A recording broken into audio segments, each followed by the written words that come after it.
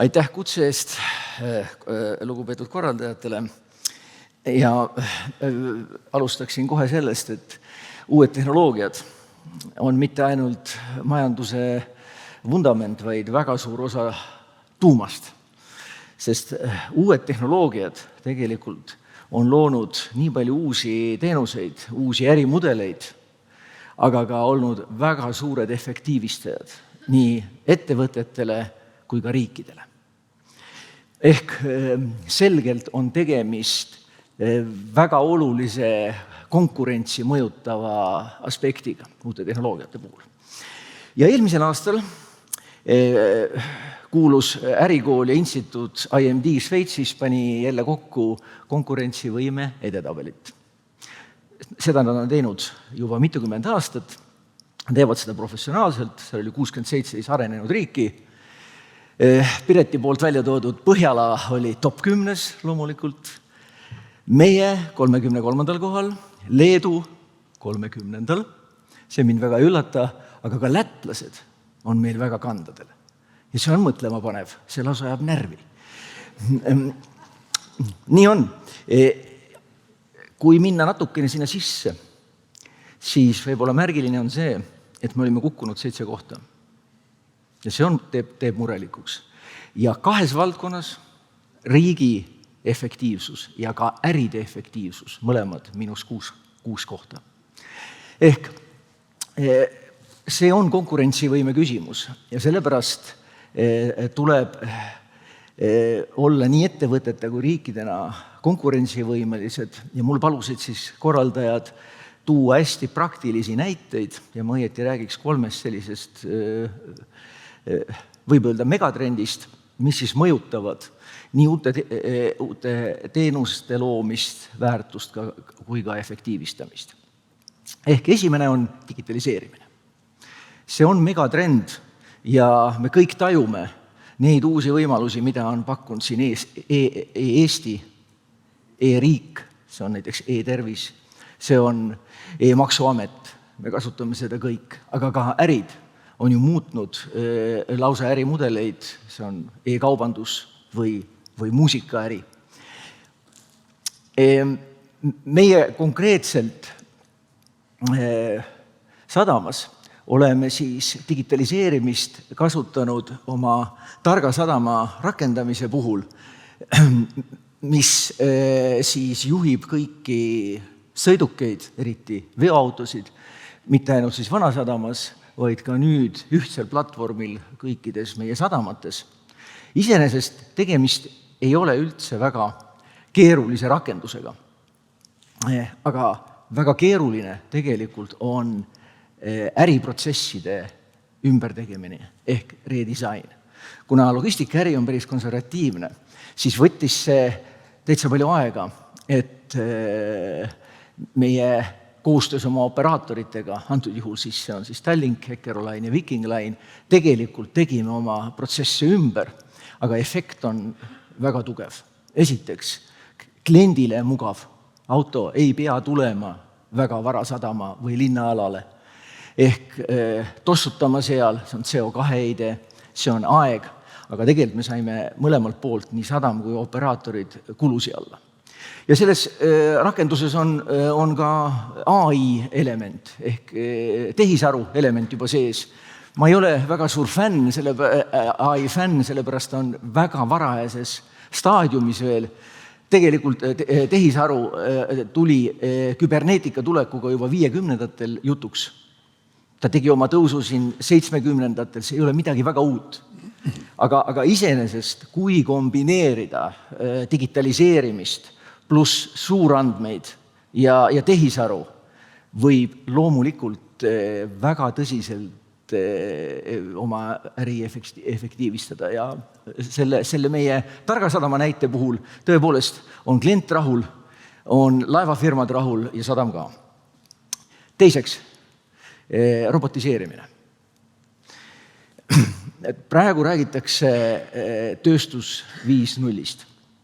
Ja on siis tõestatud, eks ole, ja rehkendused näitavad, need on muideks USA-st tuleb rohkem, et kui me oleme täna faasis tööstus 4.0, me oleme seal 3.0 ja 4.0 vahepeal, et kui rakendada tööstust 4.0 ja sinna veel liintootmist, ma tean, siin on mitmed tööstusettevõtted, liintootmine on siis kvaliteedi ja protsessi juhtimine, siis võib kulusi vähendada 40%. Väga suur efekt tegelikult. Kui nüüd tuleb 5.0 peale, mis on siis tööstus 5.0, see on tegelikult robotiseerimine, taaskord tehisintellekt koos suurandmetega, siis ilmselt see efekt on veel suurem.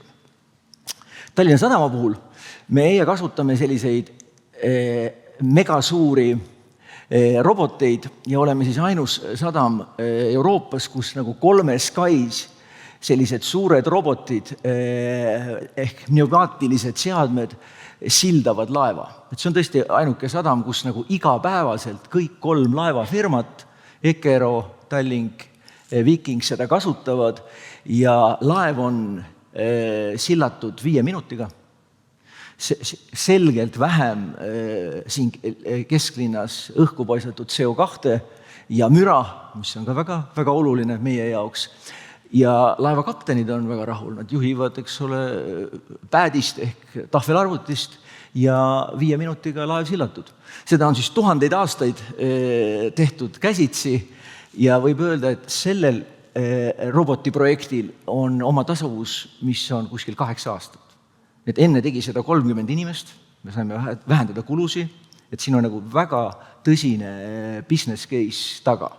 Ehk see on täitsa äriline ja loomulikult, kui me räägime tööstusest 5.0, siis kui lisada robotitele nüüd veel iseõppimist ja suurandmeid, siis me tegelikult, ma arvan, suudame ka väiksemat tööstust efektiivistada oluliselt. Kolmandaks, uued tehnoloogiad energeetikas. Ja mõnes mõttes taastub energeetikat. Ma tooksin lihtsalt viimase lihtsa näite, kuna mul paluti olla väga, väga praktiline, siis Tallinna Sadama puhul või me enda puhul oleme siis ühest küljest võtame juba uuel energial ehk metanoolil kaubalaevu vastu, see on üks pool, et tegelikult asjad juba juhtuvad, aga meie enda võib-olla niisugune kõige parem näide, kuidas uut tehnoloogiat kasutada ära, on meie kruiisiterminal, mis siis on tegelikult pumpadel, mis siis on viidud merre, need tennid, ehk ta on siis vee, soojus ja jahutussüsteem. Tegemist on väga suure hoonega, 4000 ruutu kasulikku pinda. Tema katusel on ka Tallinna üks suuremaid päikeseparke, kuskil 350 kilovatti. Aga kõik kokku see annab meil rehkenduse umbes ka 40% energia säästmisest. Et taaskord, tegemist on suure hoonega, kus meil loomulikult on hooneautomaatika, taaskord, et seal on ka, võib öelda, väga, väga kaasaegne digitaliseerimine, ka AI komponendid, sest ta on ise õppiv, ta jälgib ruumide temperatuuri ja nii edasi. Aga tähtsam on see, et sa saavutad roheenergia ja võidu kuskil 40% oma kuludes. Vot need on lühidalt sellised 3 praktilist näidet, mida me siis oma ettevõtte puhul kasutame. Suur tänu. Küsimused tulevad pärast. Nüüd palun siis härra Mart Ustav Seenior. Tere päevast, minu nimi on Mart Ustav ja ma esindan sellist ettevõtet nagu Icosagen. Icosagen on tegelikult eraõiguslik teadusarendusasutus. Oma hariduselt olen ma keemik, molekulaarbioloog, molekulaarviroloog, biomeditsiini tehnoloog. Ühesõnaga, ma olen kogu oma elu tegelenud teadusega. See on minu leib ja minu kirg. Samas, kui ma sain 50 aastat vanaks, vaatasin ma tagasi sellele teele ja mõtlesin, huvitav, mis sellest teadustööst järgi siis jääb. Artiklid, jaa. Kas te keegi olete lugenud minu artiklid? Andres, sina oled võib-olla. Aga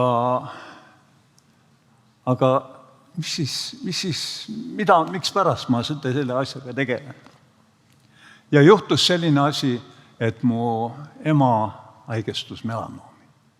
Ma olin samas Eesti Biokeskuse onkogeneesi labori juhataja ja ma täpselt teadsin, mis toimub nende vähirakkudega. Aga kogu see alusuuringud, mis me olime läbi viinud, sellest ei tõusnud absoluutselt mitte mingisugust tulu minu emale. Ja sellest leinast lähtus ka otsustus, peaks midagi tegema. Ja me lõimegi ettevõtte, mille nimi oli Quatramed, ja me hakkasime pakkuma molekulaardiagnostilisi meetodeid meditsiinisüsteemile. Ega meil ei olnud mingisugust arusaamist ettevõtlusest. Me olime teadlased, labor, katse, tulemus, publikatsioon, see oli meie põhirida. Aga seal oli haige inimene. Näha, et ta on haige. Aga mis haigus see on, seda oli vaja teha molekulaarsete meetodid. Me panime selle käima ja ootamatult hakkasime vaatama. Hakatakse ostma. Ei tea, miks pärast. Aga sellepärast, et sellel oli oma väärtus. See ennustas ette, mis haigusega tegemist oli. Ja ootamatult esimene aasta oli 1 000 000, teine 2, siis 4, siis 8, siis 16, siis 32, siis 65 ja siis tulid investorid hea näoga, ütlesin, on jube hea mõte, et müüge see äri meile maha. No ma ei tahtnud müüa, aga teised arvasid teisiti ja see müüdi maha. Ja nüüd on see ettevõte SynLab. Nii et see idee, mis algselt sai pandud sellesse ärisse ja rakendatud kõik need uued tehnoloogilised teaduslikud meetodid teatud haiguste diagnoosimiseks, on siiamaani oma ilmutatud kujul Eesti meditsiinisüsteemi teenindamas. Mis meil järgi jäi? Me lähtusime äri ülesehitamisel printsiibist, et me ei võta raha välja, vaid me reinvesteerime, sest Eestis on investorid selline haruldane nähtus, et nad tahavad seda raha kollegiiriti tagasi saada. Aga biotehnoloogias võtab see palju rohkem aega, riskid on palju suuremad. Seepärast on õige, kui sa oma äri püsti paned, et sa reinvesteerid saadud kasumi tehnoloogilisse uude arendusse. Ja me tegime kogu selle aja, kui meil diagnostika toimis, ilusti me tegime seda tegevusi. Ja meil olid omad patenteeritud tehnoloogiad. Ja kui nüüd see raha sisse tuv tegevus müüdi maha, siis me mõtlesime, et kus kohast me nüüd raha saame. Ja siis me mõtlesime, et aga maailm on lai. Läksime Baselisse, Bostonisse, San Diegosse, Princetonisse, Berliini, Lissaboni ja ütlesime, näete, vaadake meid, ilusad tehnoloogiad, kõik töötab. Ja siis me vaatasime, ja nad tulevadki selle tehnoloogia peale, et see on uus asi. See annab neile eeliseid. Ja ootamatult oli meil 18 litsentsilepingut suurte farmafirmadega, kes meie tehnoloogia võtsid kasutusele. Ja siis hakkaski peale meie tegevus Icosagen bioloogiliste raamide arendamise, sest me saime aru, et me oskame tegelikult konkurentsis püsida, me oskame luua selliseid bioloogilisi ravimeid, mida inimestel vaja on. Meie missiooniks on nüüd Eestis tegelikult edendada innovatsiooni ja luua uusi tehnoloogiaid. Kogu see ajalugu on just sellele pühendatud. Me näeme probleemi, me leiame selle lahenduse. Meil on isegi kuulus Hannibali lause oma motiiviks, et kui me leiame tee ja kui seda ei ole, siis me teeme selle tee. Me pakume loomulikult karjäärivõimaluse kõrgelt kvalifitseeritud spetsialistidele Eestis. Ma usun, et te kõik olete olnud Pariisis. Ma usun ka, et paljud teist on olnud Paris Nord rongijaamas. Kui te lähete rongile ja sõidate 1 tund ja 20 minutit põhja poole, kuhu te jõuate? Brüsselisse. Kui te sõidate Edelasse samast rongijaamast, 2 tundi 17 minutit, olete te Londonis. Mõelge nii, milline kogus inimesi, kultuuri, teadust, tehnoloogiat, mida kõiki, arhitektuuri ja ajalugu. Kui te istute Tallinna Balti jaamas rongile, sõidate 1 tund ja 20 minutit, kuhu te jõuate? Võõsa vahele. Sõidate 2 tundi ja 17 minutit, ikka olete Võõsa vahele. Ma tahan lihtsalt teile öelda sellist asja, et me peame looma siin kompetentsikeskused. Kohad, mitte ainult Tallinn, vaid ka teisi kohti, kus kohas noored inimesed leiaksid võimaluse enese teostamiseks. See on ainukene võimalus, kui me tahame, et siin mingisugust sõda saaks pidada. See koht peab olema väärt kaitsma, sest siin me kasvatame üles oma lapsed, siin me elame ja me teisiti ei saa. Meie ICOSAGeni eesmärgiks on arendada ja toota originaalseid bioloogilisi ravimeid maksujuuristele turgudele. Me ei taha lihtsalt niisamuti, me tahame sellest ka raha saada. Ja me oleme iseseisev ja sõltumata ettevõtte, me oleme 26 aastat toimetanud, me avastame, arendame ja toodame bioloogilisi ravimi kandidaate, meil on 230 täiskohaga töötajat, meil on üle 50 doktorikraadiga inimese, meil on loomulikult kvaliteedid, meil on loomulikult patendid ja meil on loomulikult oma laborid. Mida siis me teeme? See on nüüd praegu show-up, aga vaadake, siin on 3 riiki ravimid. Aspiriin, võib-olla mõned seltsimehed võtavad siin seda, et oma verd natuke vedeldada ja vahel kui põletik, siis aitab see hästi. Kui on insuliin, kui teil on suhkruprobleemid diabeediga, siis on insuliiniga seotud. Aga praegu suur klass bioloogilisi ravimeid, need on antikehad. Ja antikehadest tulenevad ravimid, kaasaegsed ravimid. Need, nagu meie ütleme, et kui aspiriin on jalgrattale jutamine, insuliin oleks, äkene küll võib-olla Tesla see kõlbab, siis meie ehitame lennukeid. Need lennukid peavad lendama ja peavad maanduma seal, kus vaja. Seega, see on väga tõsine tegevus. Ja ütleme, see tegevus kõik toimub selles samas meie laborites. Siin me oleme Erika teel, siin samas olid Arnold Rüütli laborid, siin oli Rentame laborid ja nii edasi. Ja siin nendes me oleme üles ehitanud nüüd sellise tugeva laboribaasi, et me saaksime konkureerida suvaliste konkurentidega üle maailma. Kõige tõsisemad konkurendid, ma ütlen teile, on hiinlased. See, kuidas nad efektiivselt investeerivad, see, kuidas nad kasutavad oma inimressurssi, kuidas nad kasutavad oma vahendeid, see kõik on tõepoolest fantastiline ja lugupidamist vääriv. Kõik see jutt AI-st, IT-st, digitaliseerimisest, robotiseerimisest on seal teostatud. See on fantastiline, kui hästi nad teevad. Kui me tahame nendega konkureerida, olge nii kenad, ja vähemalt sama hästi või rohkem. Ja tegelikult me oleme loonud selle kollektiivi, neid noori inimesi Tartust, Tallinnast või kust iganes, kus nad tulevad, me töötame ja me saame selles olukorras hästi teada. Aga see kõik on uurimistöö. Sellest uurimistööst me müüme selle uurimistöö, lepingulise uurimistöö tulemine maha. Aga see ei ole veel ravim, see on alles ravimi kandidaat.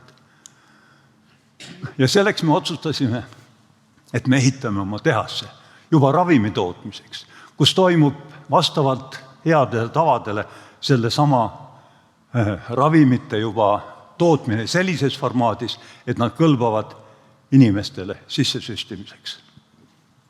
See on nüüd viimastes etappides läbi kõigi tehnoloogiliste protsesside optimeerimise ja ja niiviisi me jätkame selles osas. Nii et ma arvan, et kogu see värk on võimalik, on Eestis võimalik. Me näeme, et sa tuled laborist, ülikoolist ja on tekkinud selline kollektiiv noori inimesi, kellel on soov luua uusi tehnoloogiaid, arendada välja uusi molekule ja minna ükskõik kuhu laiama, on see siis Baselisse, on see siis Berliini, on see siis Lissaboni või Washingtoni, kuhu iganes. Need kõik on praegu meil käigus ja me oleme oma programmi paika pannud ja me läheb kenasti see kõik korda. Siin on samad noored inimesed, kes töötavad nende samade bioreaktoritega, need ruumid on loodud ja ma usun, et Ravimiamet varsti ütleb meile, et minge edasi. Aitäh!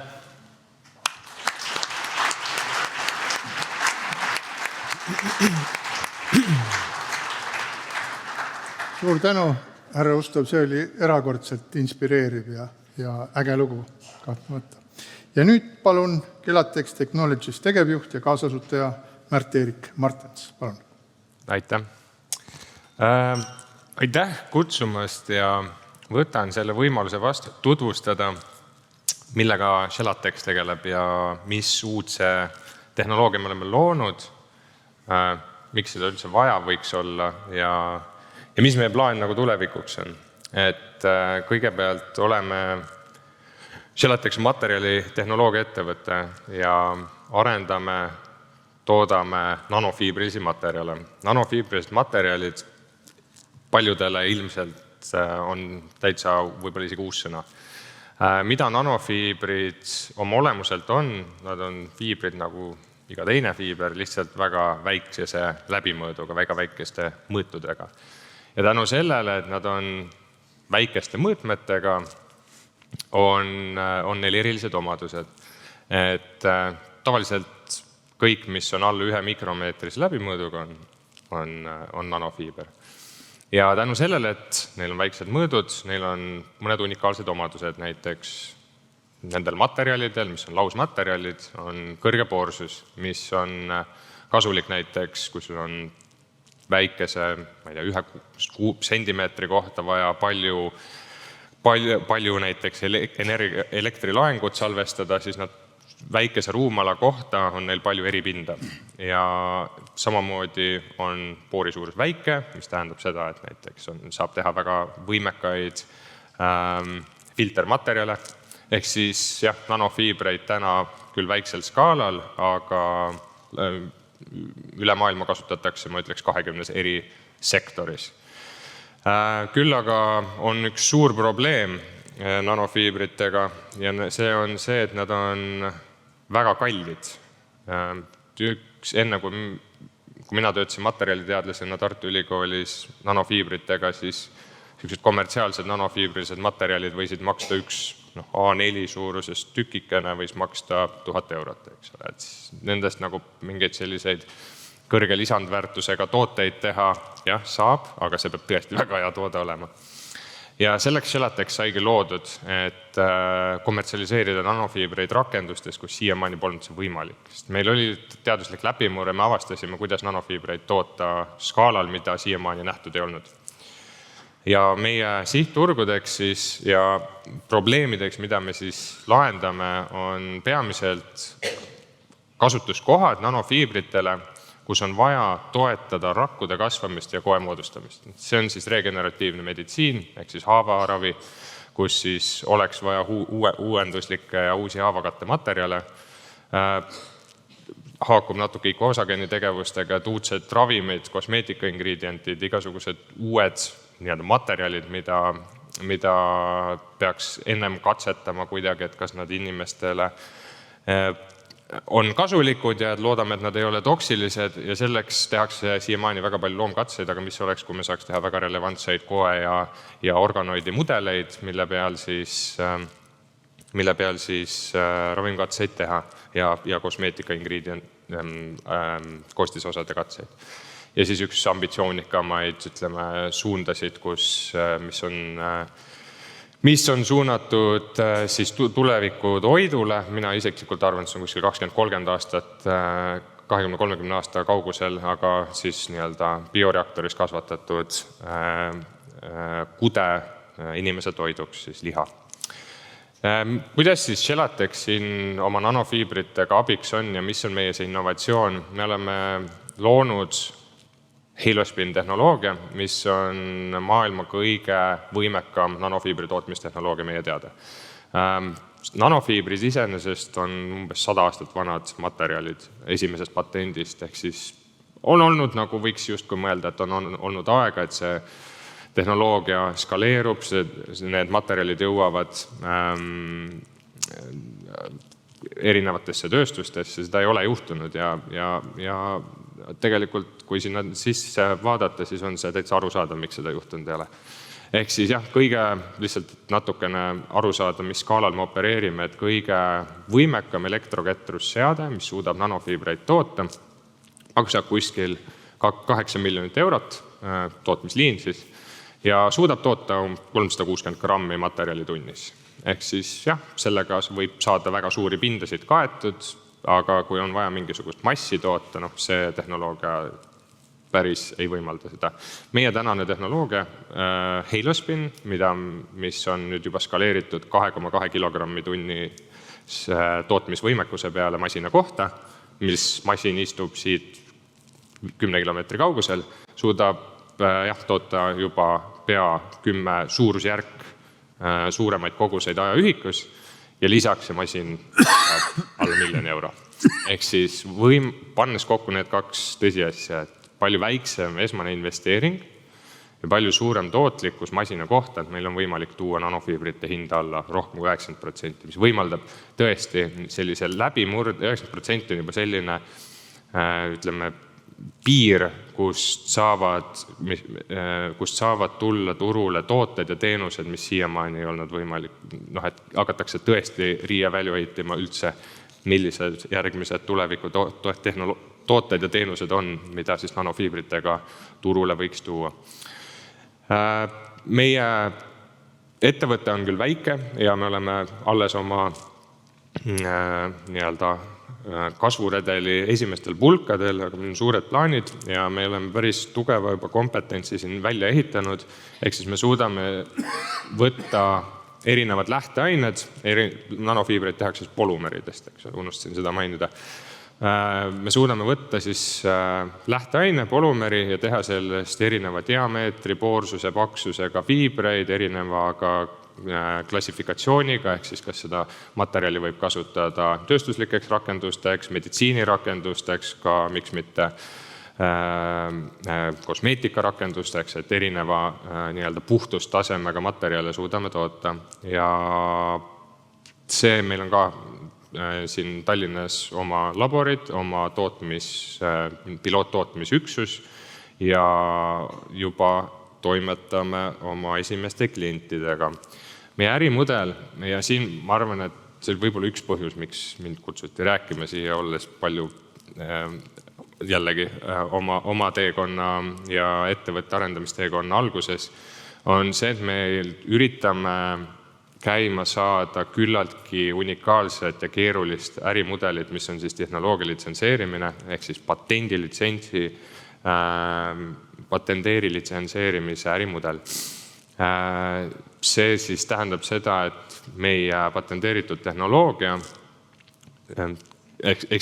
toon võib-olla ühe lihtsa näite, et kuidas seda on hea ette visualiseerida, et kui sa oled välja mõelnud 30% efektiivsema pesumasina näiteks, eks ole, sa patenteerid selle ära, selle asemel, et ise ehitada see pesumasina tootmist tehas, sa lähed selle patendiga siis Whirlpooli või mõne muu Samsungi või LG juurde, kellel on juba tootmisvõimekus püsti, sa müüd neile tehnoloogia, nad maksavad sulle juba välja töötatud, nii-öelda makstakse upfront payment ja siis pärast protsenti iga pesumasina pealt, mida Whirlpool edasi müüb.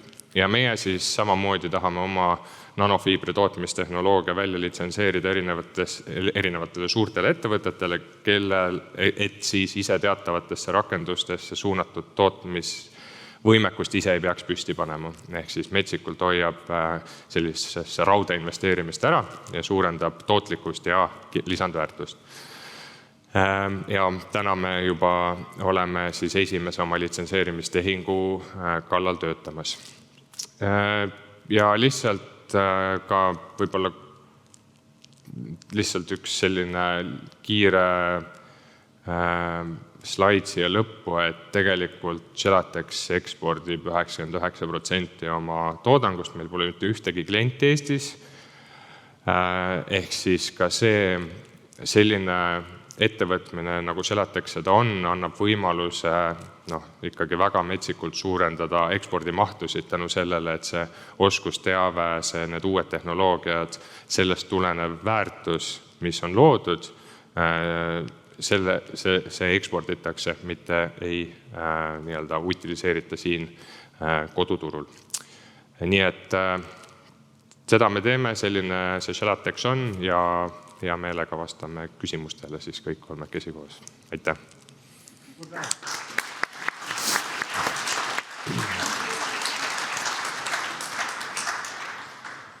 Ja küsimusi esinejatele?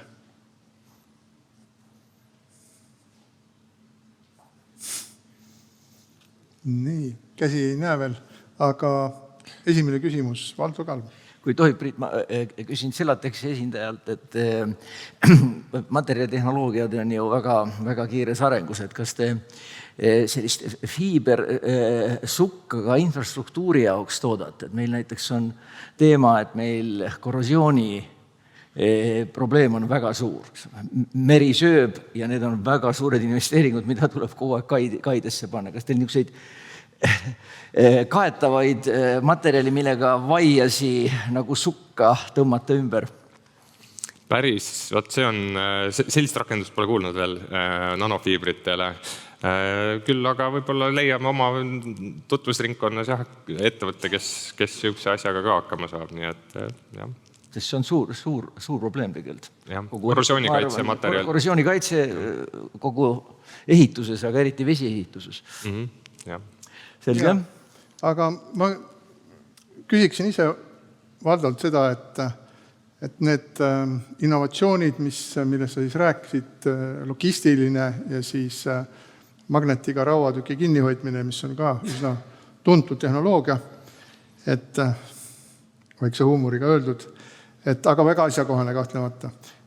Aga mis on nagu need järgmised sellised, sa ütlesid, et sul nagu väike umbusk AI-sse, et see ei ole nagu võib-olla ennast veel sinu jaoks nagu tõestanud päriselt, et millised on need järgmised etapid, mida sa Tallinna Sadamas tahaksid näha, mis on suured, olulised lõigud, mida tuleks uuendada, kus tuleks rakendada innovatsiooni, aga praegu veel võib-olla see tehnoloogia ei ole arendanud nii kaugele. Üks küsimus juba oli, et kuidas hoida rauda roostetamast. Jah, ega AI tehisintellekt veel kord, ta on küllaltki varajases staadiumis, nii palju kui mina saan aru. Ma ise ka täna 2 küsimust hommikul esitasin talle, tulles siia. Ja sain päris hea vastuse, teine vastus ei olnud nii hea. Aga ta kindlasti areneb ja nagu ma nimetasin, meie selles sõidukite juhtimise süsteemis on need komponendid juba olemas. Tihti see ei teegi vahet, kus lõpeb automaatjuhtimine ja kus hakkab, juba iseõppiv süsteem. Ja ma arvan, et meie sedasama tarka sadamat saab edasi arendada. Ütleme ausalt, meil on üks projekt ja selle nimi on Tark laev. Ehk tegelikult me saaksime võib-olla koostöös operaatoritega üldse need mehed ja naised, kes vehivad seal veel ja suunavad, neid on oluliselt vähem, sellepärast see Tark sadam suunab ju auto õigele rajale, õigele laevale, aga ka seal laeva sees on veel vehkivaid inimesi.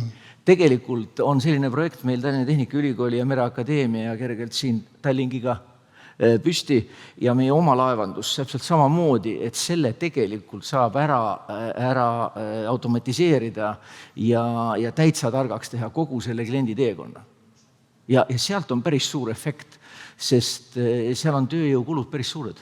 Ja kui te sõidate Saaremaale, Hiiumaale, seal meie laeva peal ikkagi vehib ka veel Pootsman, eks ole, ja see Pootsman, ega temaga ei ole nii lihtne alati, eks ole. Nii et seda saab tegelikult järgmisena võtta omale ülesandeks ja seal on nii iseõppivat elementi kui täisautomaatikat. Eks seda õppimise ruumi veel on, et me aeg-ajalt Aktuaalsest kaamerast kuuleme, kuidas mõni Saaremaa praami automaatjuht on korraks kõrvale vaadanud ja siis põrutanud sinna kaisse sisse suure pauguga. Tehnoloogiaga ikka juhtub, et innovatsioon on nii, et ega seda ei tohi karta. Ja nagu me saime aru, ta loob uusi teenuseid, tooteid ja efektiivsust, aga kui sa ei katseta, no siis ei juhtu kindlasti midagi. Nii et tehnoloogia on nii, et kindlasti juhtub küsimus, millise tõenäosus. Aitäh. Härra Mart Ustavile küsimusi. Jaa, Piret, palun. Mina küsiksin, mis on saanud teie geenivaramust? Mul oleks väga põnev, ma usun meil kõigil kuulata, et kunagi olid meil väga suured ootused geenivaramu baasilt olla pilootmarket, tekitada täpselt nagu me kuuleme farmaatsiatööstuse arendusi. Mis on teie seisukoht? Kus me oleme? On sellel veel potentsiaali? Ma arvan, et õige inimene sellele küsimusele vastamaks on Andres Metspalu siinsamas.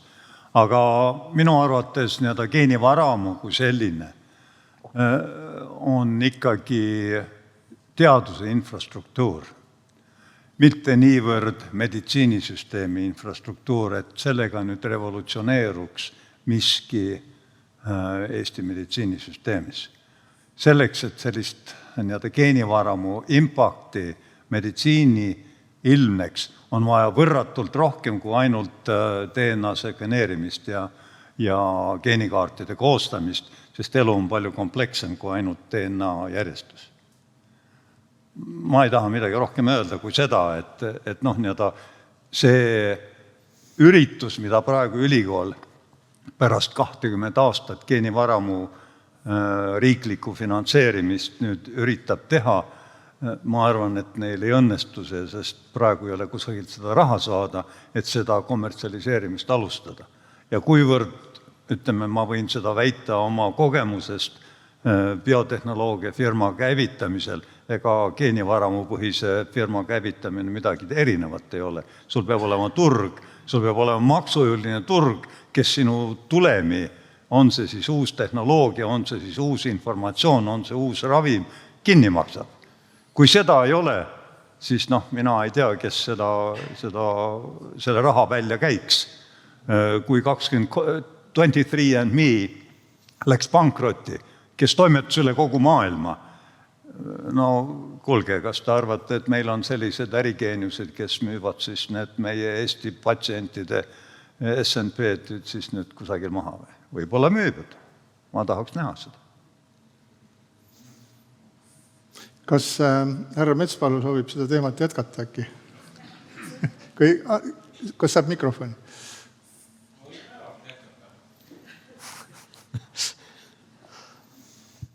Aga võtab võib-olla kaua aega. Ma tahaks öelda seda, et Tartu Ülikool ei ole terviseteenuse osutaja. Meie tegime teadust ja täna on teadus nii kaugele jõudnud ja need spetsialistid on välja koolitatud, kes oskavad DNA-d sekveneerida, genotypiseerida, oskavad lugeda sealt seost haiguste tekkega ja ravitulemustega. Ja nüüd on tegelikult riigi käes kord, kuidas seda kasutada, seda teadmist tervishoius. Geenivaramu ei ole loodud nagu businessiks, kui lugeda geenivaramu seadust, siis on öeldud, et seda teadustulemusel tuleb kasutada Eesti tervishoius. Ja täna on põhimõtteliselt me töötame selles suunas, et esimene teenus, kus kõige tähtsam on see, et inimeste haigusi tuleb niimoodi ennustada ennem, kui nad haigeks jäävad. Meil puudub ennetus ja sellepärast meil on liiga palju patsiente. Meil on raha jätkuks, aga kui patsiente on liiga palju sellepärast, et haiguste ennetavast ei toimu. Kui 30% inimesi saavad oma esmase diagnoosi EMOs, see ei ole normaalne. Perearsti tasemel toimub ennetus. Ja praegu on niisugune plaan, et kui me teeme geenikaardid inimestele ja hindame nende geeniriskid, siis igal ühel on midagi. Ja kui tal ei ole tõsist haigusriski veel, siis tal on mingisugune farmakogeneetiline probleem, ta ei saa seda või teist ravimit võtta. Küsimus on lihtsalt selles, et et ega siis meditsiinisüsteem töötab niimoodi, et seal on väga suured traditsioonid. Ega radioloogid tahavad ikka röntgenit teha, nemad ei taha geenitesti teha. Ja küsimus on selles, et praegu oleks vaja teha nagu infrastruktuur, meil on vaja andmeid rohkem, et seda personaalset meditsiini juurutada. Me ei saa bussiliiklust korraldada, kui meil ei ole maanteid, aga see geeniinfo on maanteed. Kui maanteed on valmis, on vaja teha geenikaardid, kõigil, kes on näiteks 40-70, nende geeniriskid ja perearst ütleb, teil on kõrge glaukoomi risk. Perearst kutsub välja, ütleb, kuulge, ma mõõdan te silmarõhku. Kui on normaalne, ütleb, kui on järgmine aasta mõõdame uuesti. Aga kui on kõrge, saadab te silmaarsti juurde, teeb imedaks jää, sest silmaarst teab, mis teha, siis kui tal on kellelgi on geneetiline risk. Eriarstid teavad me väga hästi. Aga täna juhtub see asi, et inimene ei saatu õige arsti juurde. Ja see on see probleem, miks meil on nii palju patsiente. Nii et Geenivarma ma töö teinud, nüüd on järgmine samm vaja teha, sest ega ülikool ei ole polikliinik. Selge, suur tänu teile, aitäh!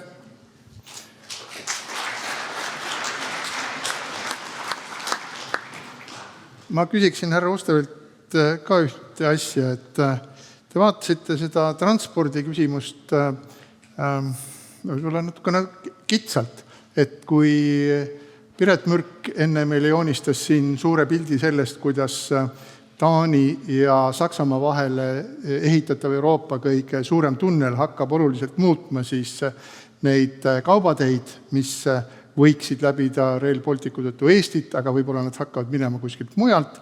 Et seda suurt pilti vaadates ma mõtlesin, et te rääkisite, siis alustasite sellest, et kas kui Gare du Nordist istuda rongi peale, siis sõita Brüsselisse või kuskile mujale.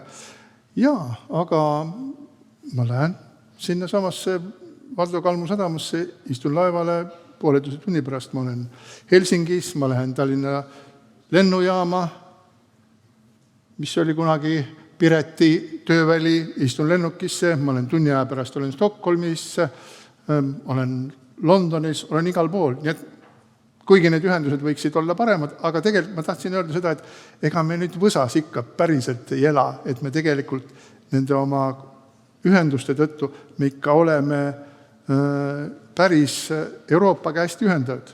Kuigi võib-olla mõnikord mõtleme ennast väiksemaks, nagu peaminister siin alguses ütles. Ma ei taha sellega päris hästi nõus olla. Asi on nimelt selles, et Eesti on suurepärane koht oma laste üles kasvatamiseks. Aga kui sul on selline eriala, mis on tulnud näiteks su enese huvist, mida sa ei saa tänu sellele, et siin ei ole selliseid kompetentsikeskusi, kus sa ennast teotada saad, vaid et sa pead minema näiteks Cambridge'i, aga sa seda Tallinnas või Tartus ei saa seda eriala viljeleda, siis see ei ole sellele kohale hea, sellepärast ma pean siit ära minema ja minema näiteks Cambridge'i või Princetoni või Pariisi või kusagile mujale. Ma tahan lihtsalt öelda, et meil peaks olema kompetentsikeskused, tõmbekeskused ka Eesti sisesi, et siin oleks väärt. Seesama kaunis loodus, seesama kaunis Võsa, mis meie ümbruses on, mis pidavat olema Eesti inimeste olemus, kui te Bogdani ja Serafimat mõtlete. Et siis võiks ju olla siin meil ka, et ma töötan siin samas, nagu näiteks Tartus. Inimestele meeldib töötada Ikosagenis, on noored inimesed, nad võiksid minna, aga nad tulevad sealt tagasi ja hakkavad tööle meil, sellepärast, et nad saavad siin ennast teostada. Küsimus ei ole ainult selles, et ma lähen Prantsusmaale, Lõuna-Prantsusmaale puhkama või Londonisse punast 2-korruselist bussi vaatama. Ma tahan ka siin elada, ma tahan, et mu lapstel oleks midagi teha, et siin oleks midagi olulist, mis toimub maailmas. Ja mis puudutab, tehnoloogiaid, Kusti Salm rääkis siin Eesti kaitsest, kui me ei võta teadust ja ei tee sellest teadusest rakendust, siis, ja see ei kanda üle majandusse, tööstusesse, ettevõtlusesse, siis jäämegi me Ameerikast ostma seda rauakola ja pomme ja muid selliseid asju. Ja siis tõmbab venelane, vaenlane tõmbab need laevad sealt maha ja meil ei olegi midagi. Mõelge pandeemia ajal, kui logistikaprobleemid meid kimbutasid, Ja valitsuse liikmed käisid lennukil Tallinna lennuväe vastu, et saaks maske. Kui nüüd läheb sõjaks lasti, siis ükski lennuk ei tule siia. Ühtegi pommi me ei saa, kui me ise ei oska toota seda. Ja seepärast peakski looma selle võimekuse. Seesama kompetents, kuidas neid pomme teha või relvi teha. Kõik on ju väljas sisse toodud. Iga mutter sõjatööstuses maksab 10 korda rohkem või 100 korda rohkem, kui ta tegelikult väärt on. Sellepärast, et keegi ta ei küsi sellist asja. Kui me paneme püsti sõjatööstuse, relvatööstuse, siis on meil lootust toota. Iga päev peaks olema üleval meil võimalus tõsta 1000 drooni ülesse, mis on varustatud miinidega. Kui vaenlane tuleb, siis me kukutame need neile kaela. Ja niiviisi 300 päeva järjest. Nii et peaks tootma Eestis 300 000 drooni, mis on varustatud selles osas, kui me tahame vastu seista. Mitte osta Hiinast neid seadmeid. Tänapäeval tuuakse siiski kõik droonijupid tuuakse Hiinast. Seda teevad nii ukrainlased, seda teevad ka Venemaal ja ka Eesti pool. Aga kas härra Märt-Erik Martens soovib selle diskussiooni juurde midagi lisada omalt poolt? Jah, seda küsitakse palju, et miks te teete seda, mida te teete Eestis. Minul on 2 vastust selle peale, et esiteks see valdkond, kus meie opereerime, et siin riigipiire üldse väga ei vaadata, et vähe on kokkupuudet igasuguse poliitikaga ja tervishoid ja meditsiin on keel, millest räägivad kõik maailma riigid samamoodi. Ja õnneks, ma ei ole nüüd üle vaadanud, aga loodame, et need tariifid meie sektorit väga ei tohiks mõjutada. Nüüd jah, et hea on Eestis, mina ütleks niimoodi, et kuna meie kliendid on nii Aasias, Ameerikas kui ka Euroopas, et siis tegelikult Eestist juhtida kõiki neid interaktsioone on tegelikult geograafiliselt täiesti hea on siin keskel olla. Küll aga jah, kui rääkida kompetentsist, selles mõttes ma nõustun härra Ustaviga, et kuna meil ei ole seda sellist, mis on pärandtööstust, ei materjaliteaduses, ei ravimite tootmises all, siis see on see, mida me peame noore riigina looma ja seda kompetentsi ja seda pärandtööstust ka siia looma ja ka alguses kindlasti ka kvalifitseeritud tööjõudu sisse tooma nii kaua, kui ka haridussüsteem seda vastavat tööjõudu ise suudab hakata tootma. Et täna näiteks, ma võin öelda, materjaliteadlasi Tartu Ülikoolist iga aasta, ma arvan, tekib 7 tükki ja ega neil ei ole väga palju kuhu minna. Enamus jäävad ülikooli, sest ei ole tööstust ees. Selge. Nii, Valdo veel. Mina tahaks ka toetada tegelikult eelkõned ja eriti siin Mart Ustavi seisukohta, et me peame julgemalt investeerima ja uskuma oma kompetentsikeskustesse. Nad on tegelikult Tallinnas, Tartus olemas koos kampustega, koos kolledžitega ja kui vaadata tänast geopoliitikat, kogu Euroopa peaks tegelikult tooma, ehk selle nimi on nearsourcing, tooma tootmist ja arendust tagasi ja Eesti täpselt samamoodi. Ja ma võib-olla ühe aspekti tooksin veel siin välja, et meil tegelikult veel on säilinud tehnoloogia maakuvand tänu e-Eestile. Meid teatakse selle järgi maailmas.